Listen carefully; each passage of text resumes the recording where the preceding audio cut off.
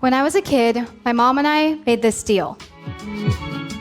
I was allowed to take 3 mental health rest days. In this tutorial, you will learn how to make music automatically decrease in volume when a voice is detected, just like in the example shown at the beginning of this video. First, activate the Essential Sound panel by clicking on the Window tab and then on Essential Sound. Now select all audio tracks that contain voice, and in the Essential Sound panel, make sure that these tracks are marked with the tag dialog. If they are not, click on Clear Audio Type and select Dialog. Now select the music track in the timeline, and in the Essential Sound panel, activate ducking. Make sure that dialog is marked in Duck Against. Now go down and click on Generate Keyframes. Wait a few seconds and volume keyframes will automatically be created in the music track, causing the volume to decrease as soon as the voice is detected. If you don't like the result, adjust it to your liking and click on Generate Keyframes again.